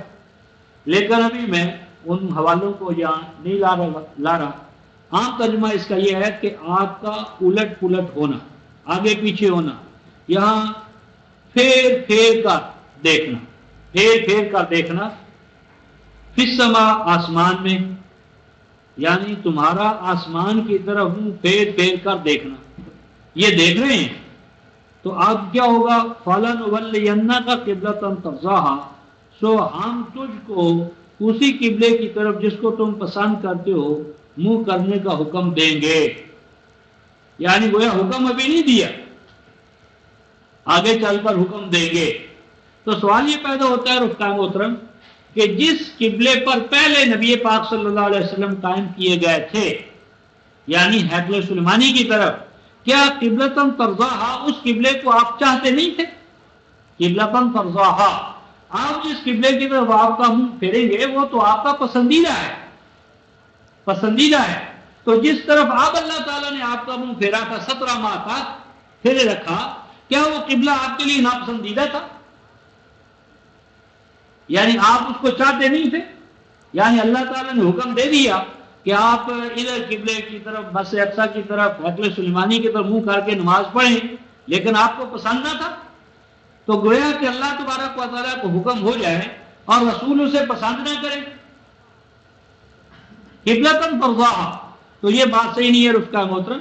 بلا شبہ ہم آپ کے چہرے کو بلندیوں کی طرف چڑھتا ہوا دیکھتے ہیں، اور چہرے سے مراد یہ چہرہ نہیں ہے بلکہ آپ کی توجہ، آپ کی عنایت، آپ کی طلب، آپ کی خواہش، آپ کی نصب العینی خواہش. بلا شبہ ہمیں نظر آ رہا ہے آپ کی توجہات کا بلند سے بلند مقام کے حصول کے لیے مصروف جد و جہد ہونا. فَلَنُوَلِّيَنَّكَ، اور ضرور بضرور ہم آپ کو والی بنائیں گے، والی بنائیں گے، متصرف کریں گے، ولایت و وراثت عطا کریں گے، والی و وارث ضرور بضرور بنا دیں گے. قبلتاً، اس قبلے کا، ترضاہا، جس کی ولایت کے لیے آپ انتہائی طور پر متمنی ہیں. کیونکہ اگر یہ مرکز محسوس آپ کی ولایت میں نہ ہو، مشرکوں کی ولایت میں رہے، تو آپ کی نبوت گویا کے زیر بحث رہے گی. تو آپ کی نبوت کی صداقت کا تقاضا یہ ہے کہ آپ کو اس کا والی و وارث بنایا جائے، اور یقیناً آپ اس کی ولایت جو ہے، والی و وارث ہونا جو ہے، اس کے مقام اور منصب پہ فائز ہوں گے. ضرور بضرور والی و وارث بنائیں گے ہم آپ کو اس مرکز کا، ترضاہا، کہ جس کی ولایت و تصرف، اس کا کسٹوڈین ہونا، مالک ہونا، متصرف ہونا آپ چاہتے ہیں. آگے جو الفاظ رفقائے محترم، فَوَلِّ وَجْهَكَ شَطْرَ الْمَسْجِدِ الْحَرَامِ، تو عام ترجمہ اس کا یہ ہے پس پھیر لے تو اپنے چہرے کو مسجد حرام کی جائے. یہاں رفقائے محترم عربوں کا، عربی کا امتحان ہوتا ہے. قرآن یہ کہتا ہے فَوَلِّ وَجْهَكَ، فَوَلِّ وَجْهَكَ، پھیر تو چہرہ اپنا. آگے ایک لفظ ہے رفقائے محترم شطر، شطر، شطر المسجد الحرام. اب شطر کا ترجمہ ہمارے مترجمین کا دیتے ہیں طرف، طرف. حالانکہ شطر، تشاطرہ، انشاطرہ، منشاطر، آج بھی آپ عربی زبان میں، لغت میں، لسان العرب میں، منجد میں دیکھیں تو نحو کا معنی نہیں ہے، شطر کا یہ معنی نہیں ہے. شطر، اشتار، تشترہ، انشاطرہ، یہ سارے کے سارے لغت عرب میں موجود ہیں، بلسان عربی موجود ہیں، لیکن اس کا معنی نحو نہیں ہوتا، الہ نہیں ہوتا. یہ شطر جو ہے رفقائے محترم، یہ کہتے ہیں کسی چیز کو اجزاء میں تقسیم کرتے ہوئے اس کے ایک ایک جز کو اپنے تصرف میں لانا. مراد یہاں پر یہ ہے کہ مسجد حرام آپ دفعۃ واحدہ کیپچر نہیں کر سکتے، بلکہ اس مسجد اقصی، مسجد حرام پر قابض ہونے کے لیے، اس کو فتح کرنے کے لیے آپ کو پیس میں، یعنی آپ کو سٹیپ بائی سٹیپ آگے بڑھنا چاہیے. یعنی ہم آپ کو سٹیپ بائی سٹیپ آگے لے جائیں گے. اور وہ سٹیپ بائی سٹیپ کیسے چلیں گے؟ سورہ رات اور سورہ الانبیاء میں اس کا نقشہ کھینچا ہے. تو یہ رفقائے محترم وقت کی مناسبت جو ہے اس سے ہم یہاں رکتے ہیں. تو کل انشاءاللہ العزیز یہ یعنی 144 آیت جو ہے اس سے آگے چلیں گے، اور 15-20 منٹ اس پر لگا کر پھر اگلا جو یہ مجموعے سے ختم کریں گے. تو آخر دعوانا الحمدللہ. دوبارہ اس کو کریں یا یہاں سے ہم چل رہے ہیں سر یہاں سے چل رہا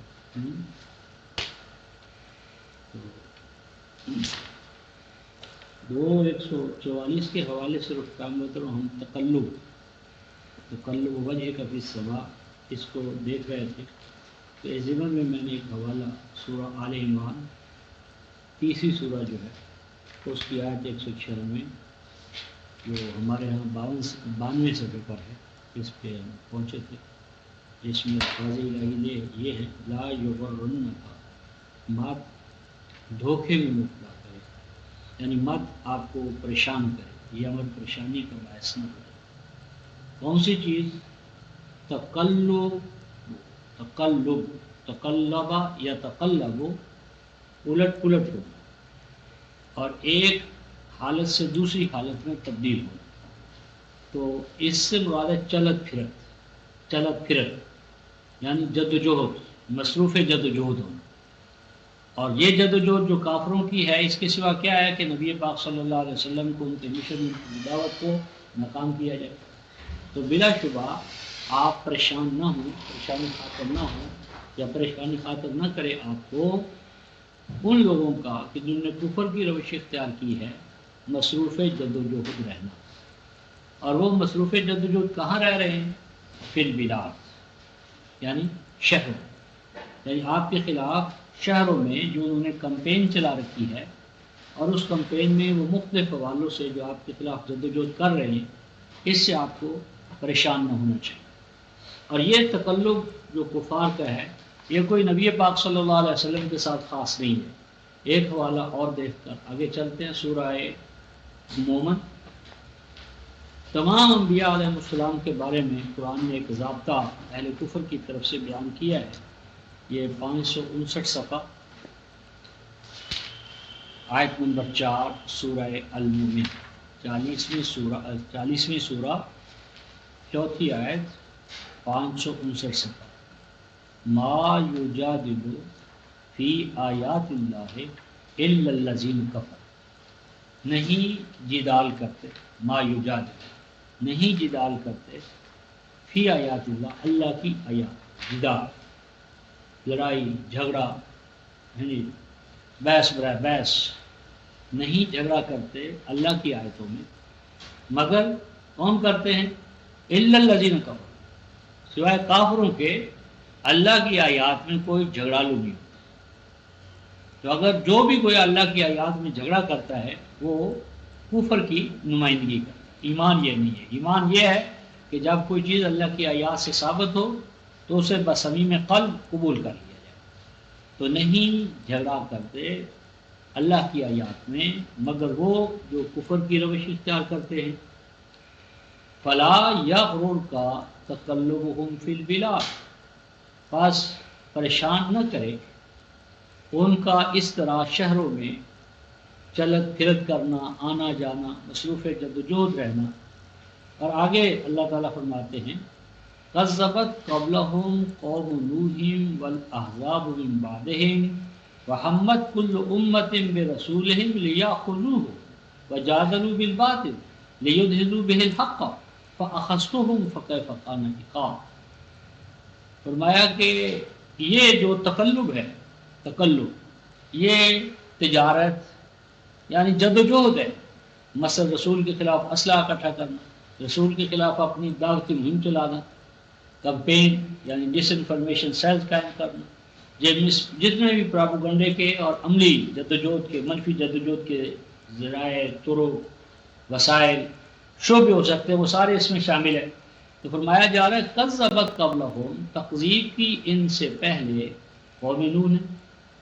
اور قوم نوح پہ کیا موقوف ہے؟ والاحزاب من بعدہم، اور سیدنا نوح علیہ السلام کے بعد بھی جو انبیاء آئے اور ان کے مقابلے میں جو لشکر، احزاب، حزب، لشکر، گروہ، جتھے، جماعتیں جو تشکیل پذیر ہوئی ان کے بعد. وہمت کل امت، اور ہر امت نے پورا ٹل لگایا، زور لگایا. ہمت کا معنی پوری قوت و طاقت سے ارادہ کرنا، پرزور طریقے سے. ہر امت نے پرزور طریقے سے پوری ہمت سے وہ گویا مقابلے میں آئی اپنے رسول. ہر امت نے گویا ڈٹ کر اپنے رسول کی مخالفت کی، جدوجہد کی. کیوں وہ کی؟ اس کا نتیجہ کیا نکل رہا ہے، یا ان کا مسئول کیا تھا، مقصد کیا تھا؟ لِيَأْخُذُوهُ، کہ اس رسول کو ماخوذ کریں، گرفتار کریں، پکڑ لیں، جانے نہ پائے. یعنی دعوت کے راستے میں اس طرح ہنڈرینسز یا آبسٹیکلز کھڑے کرنا کہ دعوت پھیل نہ سکے. اور آخری درجے میں یہ ہے کہ رسول کو گرفتار کر لیا، پاپ بجولہ کر دیا. ہر امت نے نبی کے ساتھ یہی منصوبہ بندی کی ہے، اور ہر رسول کو اللہ تبارک و تعالیٰ نے اس منفی جدوجہد سے محفوظ رکھا ہے. تو فرمایا وَجَادَلُوا بِالْبَاطِلِ، اور ہر امت نے لڑائی جھگڑا کیا ہے باطل کے دفاع میں، یعنی باطل کو پھیلانے کے لیے، یا جو پھیلا ہوا باطل ہے اس کو مزید سہارا، تحفظ، بقا دینے کے لیے وہ لڑائیاں لڑتے رہے باطل کے تحفظ کے لیے. کیوں؟ لِيُدْحِضُوا بِهِ الْحَقِّ، تاکہ ڈگمگا دیں. ادحاظ کا معنی ہوتا ہے پھسل جانا، پھسلا دینا، ڈگمگا دینا، پاؤں کے نیچے سے زمین نکال دینا، تاکہ وہ اس باطل کی حمایت کے حوالے سے حق کے نیچے سے جو زمین ہے وہ نکال دے، یعنی حق کو ڈگمگا دے، حق اپنے پاؤں پر کھڑا نہ ہو سکے. جب یہاں تک قومیں پہنچتی ہیں کہ اپنا آخری ٹل لگا لیتی ہیں، یہاں تک کہ نبی پر ہاتھ ڈالنے پر پہنچ جاتی ہیں، فَأَخَذْتُهُمْ، تو یہ وہ وقت ہوتا ہے کہ جب ہم ان کو پکڑ لیتے ہیں. اور جب پکڑتے ہیں تو فَكَيْفَ كَانَ عِقَابِ، تو پھر وہ ہمارا مواخذہ، پکڑنا، تعاقب کرنا مجرمین کا، مکذبین کا، وہ کیسا رہا. مراد یہ ہے کہ اس سے ان کا جو غلط طرز عمل تھا وہ ان کے لیے کس طرح تباہی اور بربادی کا باعث بنا. اس ضمن میں رفقا محترم وقت کی مناسبت سے ہم ایک اور حوالہ دیکھتے چلے. انبیاء علیہ السلام کے باب میں ہمارا ایک غلط تصور جو ہے وہ بہت تباہی کا باعث بن رہا ہے. اس کو قرآن حکیم کی روح سے ہم دیکھیں. یہ انبیاء یا جنہیں رسول کہتے ہیں، قرآن میں ان دونوں میں کوئی فرق نہیں ہے. تو یہ 652 صفحہ ہے، آیت نمبر 20، 58 سورہ المجادلہ. سورہ المجادلہ 652 صفحہ، آیت نمبر 20 اور 21 بھی ساتھی. ان الذین یحادون اللہ ورسولہ، حاد یحاد محادن، کسی کے خلاف جد و جہد میں اسلحے کو تیز کرنا. لفظی ترجمہ حد، حدید لوہا، اور حاد تیز چھری کو کہتے ہیں. اور حاد یحاد کسی کے خلاف چھریاں، اسلحہ، لاؤ لشکر، یعنی لوہا، جو کچھ ہے اسے تیز تر کر لینا، یعنی اپنی تمام امکانی صلاحیتوں کو انبیاء کے خلاف، اللہ اور رسول کے خلاف تیز کر لینا، مخالفت میں آخری کنارے تک پہنچ جانا.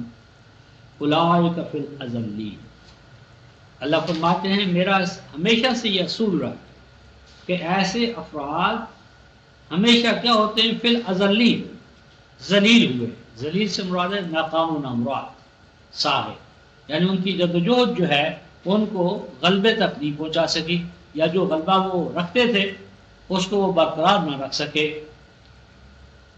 آگے ہے رفقا محترم، کاتب اللہ، اللہ اس بات کو لکھ چکا. کاتب اللہ، یہ بات اللہ تعالیٰ اللہ نے لکھ چھوڑی ہے.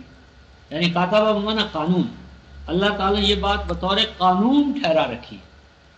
انہوں نے ترجمہ کیا خدا کا حکم ناطق ہے. حکم ناطق ہے. کیا حکم ناطق ہے؟ لَأَغْلِبَنَّ أَنَا وَرُسُلِي، ضرور بضرور غالب آؤں گا میں، غالب رہوں گا میں، وَرُسُلِي، اور میرے رسول. یعنی رسولوں کے لیے مغلوبیت نہیں ہے. یہ جو تصور ہے کہ تھے تو اللہ کے رسول، کسی کو آرے سے چیرا گیا اور کسی کو کچھ کیا گیا اور کسی کو کچھ کیا گیا، یہ کہانیاں ہیں، قصے ہیں. قرآن حکیم نے ضابطہ یہ طے کیا، کاتب اللہ، اللہ لکھ چکا. کیا لکھ چکا؟ لَأَغْلِبَنَّ أَنَا، میں غالب ہوں گا، غالب رہوں گا. اللہ تو ہے ہی غالب. اصل غلبہ کیا ہے؟ وَرُسُلِي، اور میرے رسول. یعنی اللہ اپنے رسولوں کو ہمیشہ غالب کرتا ہے. اور آگے کیا وجہ فرمائی ان اللہ قوی عزیز، اور بلا شبہ اللہ ہے قوت والا غلبے. تو اللہ تعالیٰ کے رسولوں کے لیے مغلوبیت اور وہ جو جبر کی مختلف شکلیں ہیں قرآن حکیم کے حوالے سے یہ لگا نہیں کھاتی. تو کیا تقلب ہے کفار کا نبی پاک صلی اللہ علیہ وسلم یا ہر نبی کو اس کے مشن میں ناکام کرنے کے لیے مسلسل و پیہم جد و جہد کرنا. اس ضمن میں ایک اور مقام نبی پاک صلی اللہ علیہ وسلم کے حوالے سے ہم 94 سورہ علم نشرہ جسے کہتے ہیں اس میں ایک ضابطہ ہے.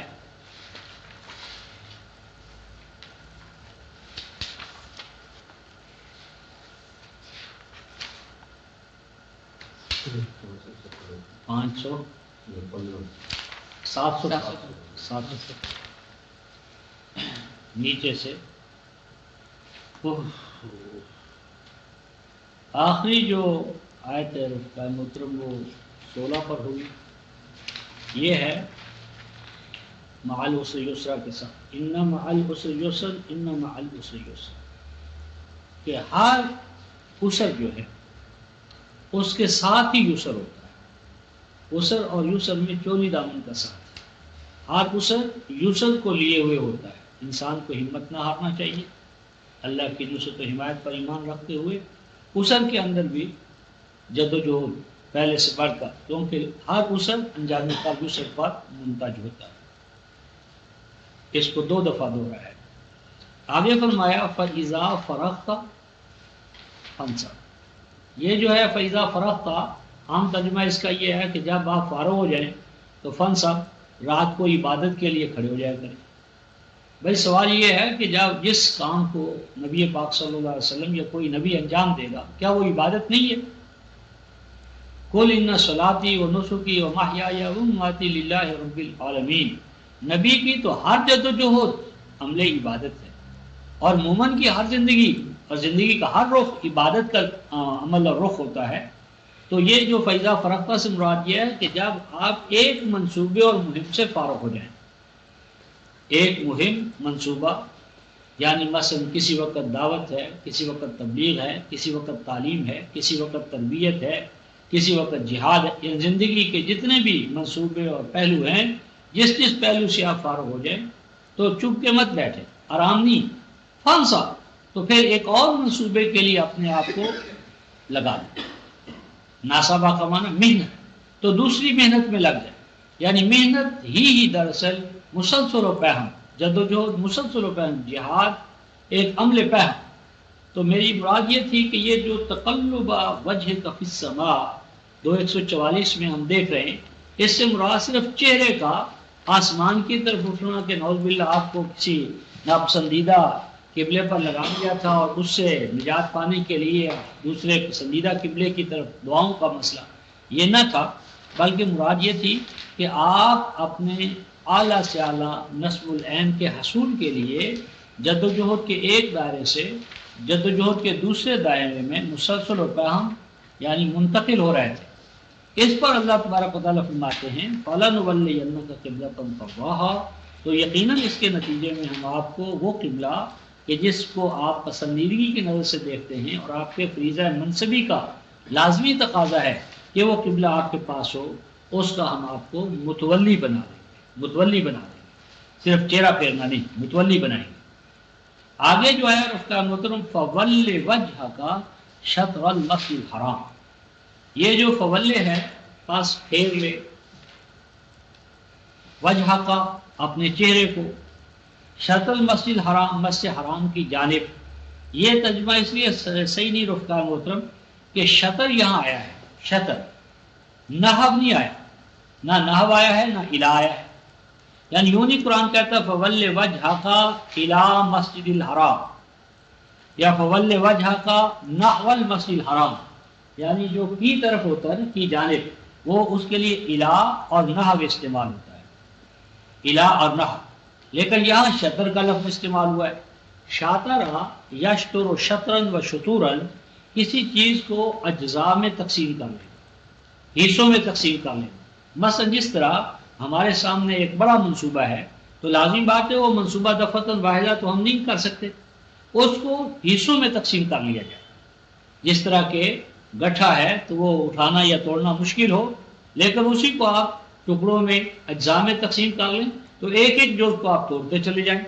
تو اسی طرح مسجد حرام کا کیپچر کرنا جو ہے اس کی تدبیر یہ ہے، اسٹریٹجی یہ ہے کہ اس تک پہنچنے کے جو راستے ہیں، قواعد ہیں، وسائل ہیں، ان میں سے ایک ایک کو یعنی اپنے ساتھ ملاتے چلے جائیں.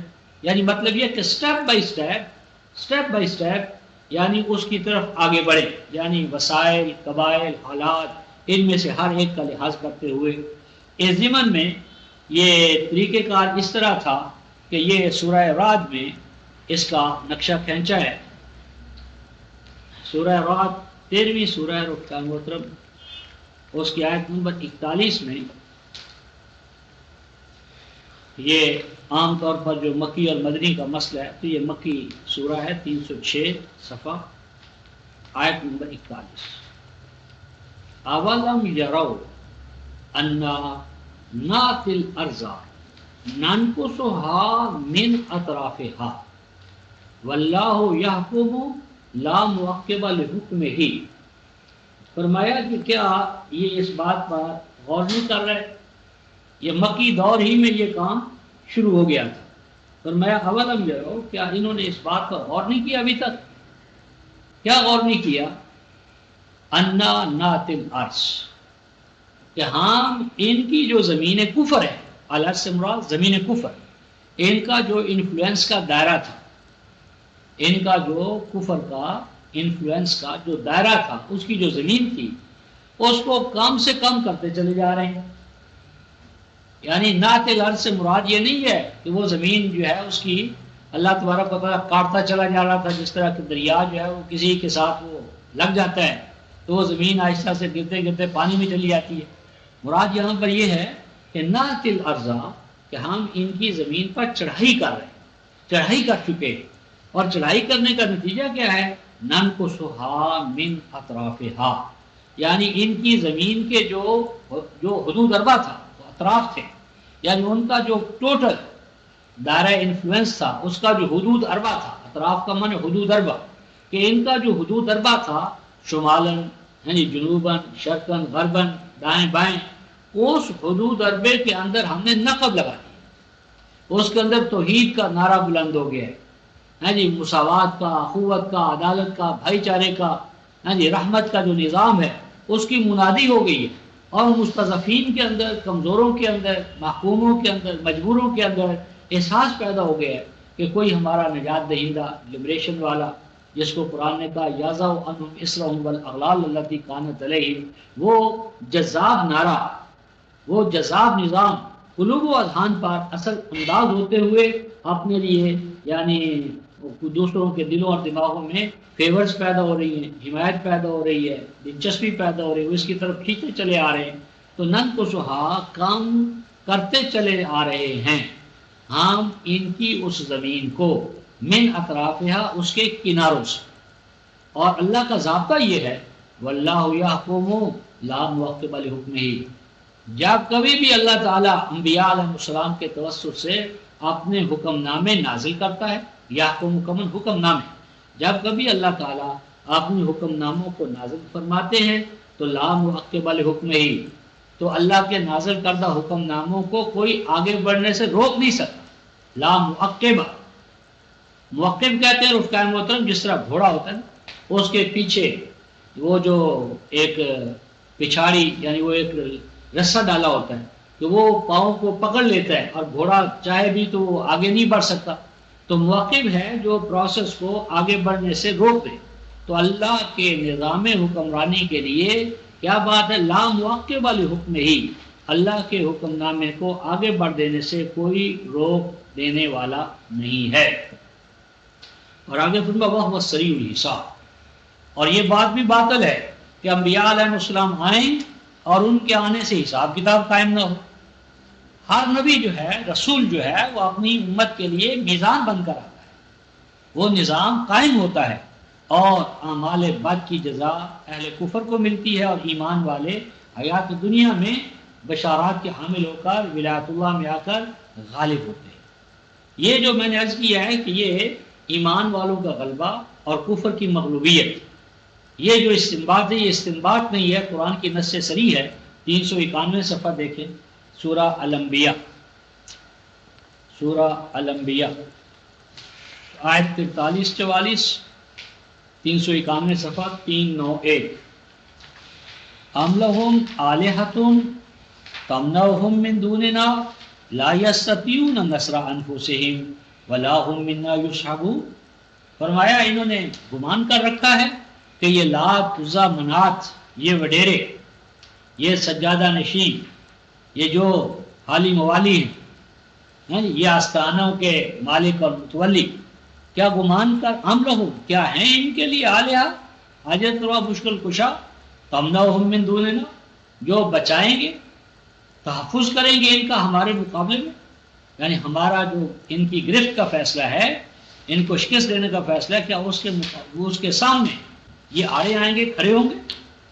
فرمایا لا یستطیعون نصر انفسہم، فرمایا وہ وقت آ رہا ہے کہ جب ہم ان کے ان بتوں کو توڑیں گے، ان کے بتوں کا حلیہ ٹائٹ ہوگا، ان کی درگت بنائی جائے گی، وہ تو فرمایا کہ اپنے آپ کو، اپنے مادی وجود ہی کو برقرار نہ رکھ سکیں گے۔